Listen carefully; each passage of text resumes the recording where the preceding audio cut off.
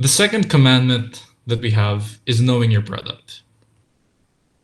You have to be able to distinguish between wants and needs. And you might be able to frame it in such a way that wants and needs are like objective and subjective aspects of product or service. Now, objective is asking the question, what is it for? So, for example, what is a suit for? A suit, at its very base level, is clothing. And we wear clothing to protect ourselves from the elements. And because it has that primary function of protecting ourselves from the elements, we can build on objective factors such as what climate will the garment be used in? Is it going to be winter? Is it going to be summer? Therefore, does it need to be heavy? Does it need to be light? Subjective aspects ask the question, how do you want it? So we have here providing you an objective need or an objective approach to what it is that you're trying to address. I'm trying to dress for the cold. So perhaps I need a heavy wool coat. And the selection of that fabric builds on that objective approach of what is it going to be used for. Now the subjective aspect of that is, well, how would you like it designed? In what shade of brown would you like it? In what shade of black would you like it? How often are you going to be wearing it? Are you going to be wearing it primarily for your travels? Or do you live in that region with a particular climate? How do you want the buttons to be arranged? Do you want it single-breasted, double-breasted, etc.? An almost infinite number of possibilities that you should limit. You can and should limit, because if you let the freedom take reign of the selection process, you will most likely end up with a product that has too much going on. It's a common client mistake that we'll brush over a bit later on. Let's say, for example, this flowchart of addressing your client's needs. Now let's start from the blue diamond. This is an example in the context of bespoke tailoring. So we can start perhaps with a question when a client comes in and asks to be entertained, maybe wants to get something made, is not sure yet. Perhaps we can ask, what are you going to use it for? Let's say, for example, that the client is going to use it for an event. Does the event have a dress code? If the event has a dress code, it's best to stick to the dress code. If the event does not have a dress code, now we can ask more questions. If the dress code is not specified, a formal event will normally require something higher than the 110 superfine.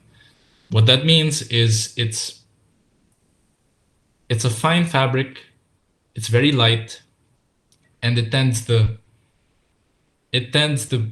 wear well only when worn as a set. Hard to wear as separates, meaning the fabric that you use for your jacket has to be the same fabric that you use for the trousers, or they have to be very complementary because they would be out of place if they were separated. So now you can ask, well, is the event going to be indoors or outdoors? Is it going to be warm or is it going to be cold? And then you can decide with the client if you're going for a dense weave or a loose weave. A dense weave will accommodate colder climates, indoor settings, a lot better than loose weaves. Subjective. Now you can ask, what time of the day will the event be? Will it be during the day? Will it be during the night? In the nighttime, darker shades fare well. In the daytime, lighter shades fare better. And this is just the visual aspect of it. And you don't want your client to get caught out for photographs. Once something is photographed, that is a mark not only of the client, but also of your service.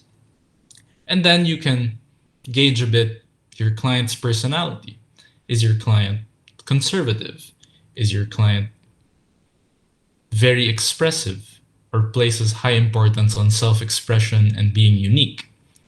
There you can discuss the matter of, should I give my client a solid single color navy, black, white, or does the client want to really stand out and maybe I can give something with a pattern or maybe something very intricate? And of course, you can also ask if the client is going to use this regularly, just a daily use work type or casual clothing. And then you can play around a bit more with different aspects of it. Is it going to be worn all year round, seasonal, etc.? Now, wants and needs are discussing what the client wants and what the client needs. This is important to know because the art of selling is really making the client understand that what you are prescribing is the best possible solution. Now, clients don't normally like that position because even if you're very subtle about it, and even if you do everything well, the client comes in with this sense of entitlement that is natural in this relationship.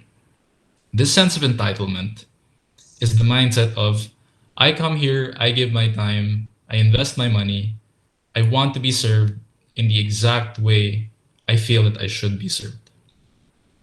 Your job as a sales associate is to bridge that gap between what the client wants and what you would prescribe to the client because you understand who the client is, you understand the product, and you're in the best position to be able to match the client to the best possible product. There has to be a compromise somewhere because the client is not going to get everything that the client wants, and you as a sales associate are not going to sell everything you would like to sell. And that's fine. Now, when you know your product, you build a certain level of competence. Meaning, once you're able to build your competence, you read about your product, you have experience with customers, you have experience with their feedback, you now have experience. And when you have experience, people now go to you and people now value your input and people come to you for your opinion. We can characterize that as the hallmarks of authority. You can now talk about a particular subject with a certain sense of authority, and people trust you. You have a certain amount of credibility. And when you have that credibility, this credibility results in and stems from respect. You respect the job, and because you respect your job, you study your product. When you study your product, depending on what the product is, you gain a certain amount of respect for the product and the people who make it. Because more often than not, especially in this context, these are very wonderful stories to tell, these products and how they're made and who makes them. And of course, once you have all of that, communicating all of that in a very dignified manner is respect for the people who come to support us, your patrons, your clients. And these are important things to remember because, again, if you want to go far and because this is a career, you don't treat it as a logical sequence of events that ends with one client and starts with another. You're building relationships. I've had clients who come to our establishments and the cliche is true. They send their children and they send their grandchildren to do business with us. That's a relationship that really stands the test of time and caters to different generations of taste. That all comes from a certain competence and respect that you have for the job and for the product. Clients will feel that. They'll understand that because you'll do your job better than most sales associates. So in the end, you should know better. That is the job. If the client knows better than you, the client will buy it off the internet or will buy it unassisted. If you know better, you will be able to humanize that experience of purchasing.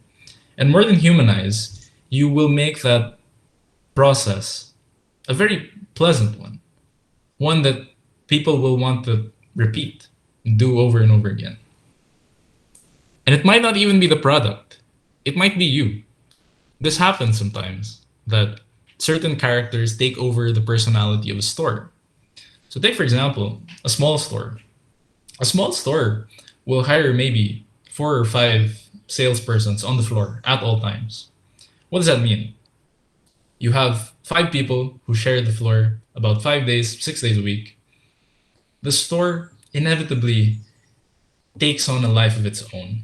And when it takes on a life of its own, it will bring with it the habits and mannerisms of the people who are in it. In many cases, these sales associates, they become pseudo celebrities. They become very liked, they become very notable. And people go to the store not just for the product, but to interact with these personalities. And don't be afraid of that because that happens normally in small sales stores. Now, if you're working in a higher than a larger scale establishment, say for example, a luxury fashion house that's an international global historic brand, that emphasis on being a personal service does not necessarily equate to letting the personality of the sales associates come out, but rather a uniform set of rules that people have to abide by. And that's no problem because it's just a different business model with different needs. And there just has to be a standardized level of service. Again, you have to know the environment that you're in. And if you're in a small mom and pop type or neighborhood shop, then allow yourself to imbue the establishment with your personality and your mannerisms. Otherwise, if you're working for a larger scale, more recognized brand with a strict set of rules, stay within the bounds of those rules, respect those rules, respect your superiors, respect authority, and just do your job. There will be room for your personality later on once you have clients who are more loyal to you individually as a sales associate. But off the bat and dealing with people in general, stick to the rules, stay within the boundaries of your work.